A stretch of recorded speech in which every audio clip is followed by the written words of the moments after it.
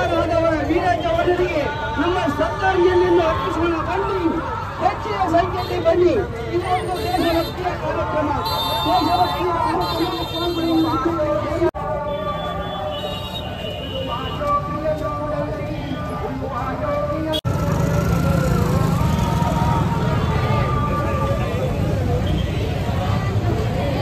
जय हिंद।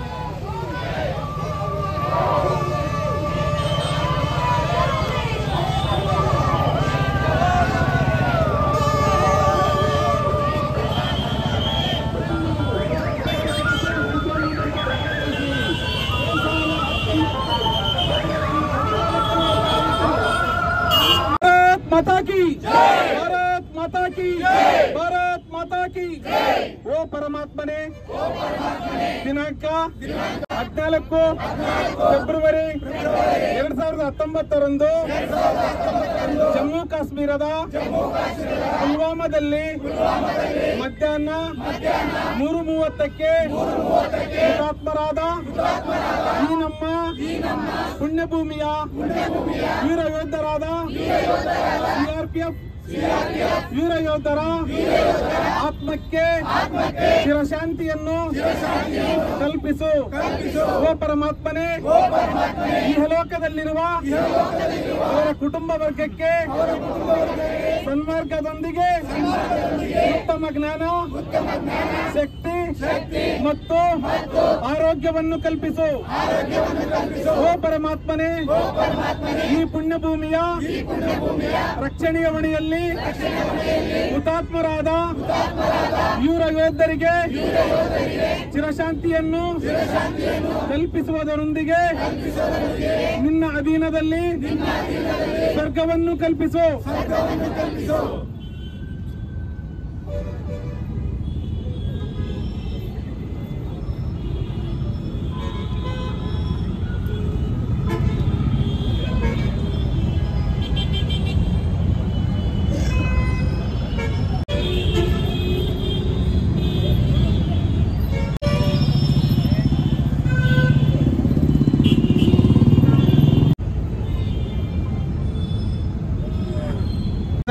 ವಿವಿಧ ಇಲಾಖೆಗಳಿಂದ ವಿವಿಧ ಸಂಘ ಸಂಸ್ಥೆಗಳಿಂದ ಈ ಒಂದು ಪವಿತ್ರವಾಗಿರ್ತಕ್ಕಂಥ ಕಾರ್ಯಕ್ರಮಕ್ಕೆ ಬಂದಿರೋದು ಏನಪ್ಪಾ ಅಂತಂದ್ರಿಗಿನಾಗಿ ನಾವು 6 ವರ್ಷಗಳಾದ್ರೆ ಕೂಡಾಗಿ ಏನ್ ಹೇಳಿ 6 ವರ್ಷಗಳಾದ್ರೆ ಕೂಡಾಗಿ ಈ ನನ್ನ ಪುಣ್ಯಭೂಮಿ, ಈ ನನ್ನ ಮಾತೃಭೂಮಿ ಏನಿದೆಯಲ್ಲ, ಇಂಥ ಒಂದು ಪುಣ್ಯ ಭೂಮಿಯಲ್ಲಿ ನಾವು ಜನಿಸೋದಕ್ಕೆ 7 ಜನ್ಮದ ಪುಣ್ಯ ಇರ್ಬೇಕು ನಮ್ಗೆ. ಅಂತ ಒಂದು ಪುಣ್ಯ ಭೂಮಿಯಲ್ಲಿ 6 ವರ್ಷಗಳಾದ್ರೆ ಕೂಡ ಹುತಾತ್ಮರಾಗಿರ್ತಕ್ಕಂಥ ಈ ನಮ್ಮ ಪುಣ್ಯ ಭೂಮಿಯ ರಕ್ಷಣೆಯ ಹೊಣೆಯಲ್ಲಿ ಹುತಾತ್ಮರಾಗಿದ್ದಾಗ ಆ ವೀರಯೋಧರನ್ನ ನಾವು ಇಂದಿಗೂ ಮರೆತಿಲ್ಲ ಅಂತ ಹೇಳ್ಬಿಟ್ಟು ಆ ಕುಟುಂಬಗಳಿಗೆ ಸಲ್ಲಿಸ್ತಕ್ಕಂಥ ಒಂದು ಸಂದೇಶ ಇದು. ಭಾರತ್ ಮಾತಾ ಕಿ ಭಾರತ್ ಮಾತಾ ಕಿ. ತಾವುಗಳ ಅಮೃತ ಮನದಿಂದ ಸಲ್ಲಿಸಿರ್ತಕ್ಕಂಥ ಈ ಒಂದು ಪ್ರಾರ್ಥನೆಗೆ ನಾವು ಇಲ್ಲಿರ್ತಕ್ಕಂಥ ನಾವೆಲ್ಲ ಸಂಘ ಸಂಸ್ಥೆಗಳಿಂದ ಮನಪೂರ್ವಕವಾಗಿ ಹೃದಯಪೂರ್ವಕವಾಗಿ ಅನಂತ ಅನಂತ ಧನ್ಯವಾದಗಳೊಂದಿಗೆ ತಮ್ಮೆಲ್ಲರಿಗೂ ಜೈ ಹಿಂದ್, ಜೈ ಹಿಂದ್, ಜೈ ಕರ್ನಾಟಕ ಈ ಒಂದು ಭಾವಪೂರ್ಣ ಶ್ರದ್ಧಾಂಜಲಿಯನ್ನು ಸಲ್ಲಿಸ್ತಾ ಇದ್ದೀವಿ. ಯಾಕಂದ್ರೆ ಸೈನಿಕರು ನಾವು ಅನಿಸುತ್ತೆ. ಒಂದು ದಿನ ನಮ್ಮ ಮನೆಯನ್ನು ಬಿಟ್ಟು ಹೊರಗಡೆ ಇದ್ದಾಗ ನಮಗೆ ಎಷ್ಟೊಂದು ತೊಂದರೆ ಅನ್ನೋದನ್ನ ನಾವು ಅರ್ಥೈಸ್ಕೊಳ್ತೀವಿ. ಆದರೂ ಸುಮಾರು ವರ್ಷಗಳ ಕಾಲ ನಮ್ಮ ರಕ್ಷಣೆಗಾಗಿ, ಪ್ರತಿಯೊಬ್ಬ ದೇಶ ಬಾಂಧವನ ರಕ್ಷಣೆಗಾಗಿ ಗಡಿಯಲ್ಲಿ ನಿಂತು ನಮ್ಮನ್ನೆಲ್ಲ ರಕ್ಷಣೆ ಮಾಡಿಸ್ತಾರಲ್ಲ, ಅದರ ಜೊತೆಗೆ ಯಾವುದೇ ತೊಂದರೆಗಳು ಸಂದರ್ಭ ಬಂದಂತ ಸಂದರ್ಭದಲ್ಲಿ ಅವರು ನಮ್ಮ ರಕ್ಷಣೆಗೆ ನಿಲ್ತಾರೆ. ತಮ್ಮ ಜೀವವನ್ನು ಪಡಕಿಟ್ಟು ನಮ್ಮನ್ನೆಲ್ಲ ರಕ್ಷಣೆ ಮಾಡ್ತಾರಲ್ಲ, ಅಂತ ಸೈನಿಕರು ತಮ್ಮ ಕುಟುಂಬ, ಮನೆ, ಮಕ್ಕಳು, ಸಂಬಂಧಿಕರನ್ನು ಬಿಟ್ಟು ದೇಶದ ಗಡಿಯಲ್ಲಿ ನಮ್ಮನ್ನು ಕಾಯ್ತಾ ಇದ್ದಾರೆ. ಅವರಿಗೆ ನಾವು ಸದಾಕಾಲ ಚಿರಋಣಿ ಆಗೋಣ. ಅವರು ಎಲ್ಲಿವರೆಗೆ ನಮ್ಮ ರಕ್ಷಣೆ ಮಾಡ್ತಾರಲ್ಲ ಅಲ್ಲಿವರೆಗೆ ನಾವು ದೇಶದ ಒಳಗಿರ್ತಕ್ಕಂಥವರು ನಾವು ಬಹಳಷ್ಟು ಚೆನ್ನಾಗಿರ್ಲಿಕ್ಕೆ ಸಾಧ್ಯ ಇದೆ. ಅವರ ಈ ಒಂದು ತ್ಯಾಗ ಮನೋಭಾವವನ್ನು ನಾವು ಯಾವತ್ತೂ ಸ್ಮರಿಸೋಣ ಅವರಿಗೆ.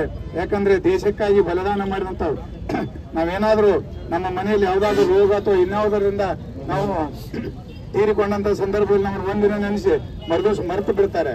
ಆದ್ರೆ ದೇಶಕ್ಕಾಗಿ ತಮ್ಮ ಬಲಿದಾನವನ್ನ ಗೈದಂತ ಈ ಸೈನಿಕರಿಗೆ ನಾವು ಸುಮಾರು ಇವನ್ನ ಕಾರ್ಗಿಲ್ ಆಗಿರ್ಬೋದು, ಇವತ್ತು ಪುಲ್ವಾಮಾ ಆಗಿರ್ಬೋದು, ಇಂಥವುಗಳನ್ನ ನೆನೆಸ್ತೀವಲ್ಲ, ಅದಕ್ಕೆ ಅವರಿಗೆ ಅವರ ತ್ಯಾಗ ನಮಗೆ ಇನ್ನು ಯಾವತ್ತು ನೆನಪಿಗೆ ಬರುವಂಥದ್ದು. ಅವರ ಈ ಒಂದು ತ್ಯಾಗವನ್ನು ನಾವು ದೇಶದಾದ್ಯಂತ ಚಿರಋಣಿಯಿಂದ ಅವರನ್ನು ನೆನೆಸೋಣ ಅಂತ ಹೇಳ್ತಾ ಈ ಒಂದು ಕಾರ್ಯಕ್ರಮಕ್ಕೆ ಎಲ್ಲರೂ ಭಾಗಿಯಾಗಿದ್ದಕ್ಕೆ ಅವರೆಲ್ಲರಿಗೂ ತುಂಬ ಧನ್ಯವಾದ ಸಲ್ಲಿಸಿ, ಸೈನಿಕರೆಂದರೆ ಅವರಲ್ಲಿ ಒಂದು ಶಿಸ್ತು ಇರುತ್ತೆ, ಅಚ್ಚುಕಟ್ಟುತನ ಇರುತ್ತೆ. ಪ್ರತಿಯೊಬ್ಬರು ನಾವು ಒಂದು ಸ್ಥಳದಲ್ಲಿ ಹೋಗೋದೇ ಬೇರೆ, ಸೈನಿಕರು ಹೋಗೋದೇ ಬೇರೆ. ಅವರಲ್ಲಿ ಇರುವಂತಹ ದೈಹಿಕ ಮತ್ತು ಮಾನಸಿಕ ಸ್ಥಿರತೆಯನ್ನು ನಾವು ಅರ್ಥೈಸಿಕೊಳ್ಳಬಹುದು. ಅವರಿಂದ ದೇಶದಲ್ಲಿ ಯಾವುದೇ ತೊಂದರೆ ಇಲ್ಲುವುದನ್ನು ನಾವು ಭಾವನೆಯಿಂದ ತಿಳಿದುಕೊಂಡಿರ್ತೀವಿ. ಆದ್ದರಿಂದ ಅವರೆಲ್ಲರಿಗೂ ಮತ್ತೊಮ್ಮೆ ಚಿರಋಣಿಯನ್ನು ಅರ್ಪಿಸಿ ನನ್ನ ಮಾತುಗಳನ್ನು ಮುಗಿಸ್ತೀನಿ.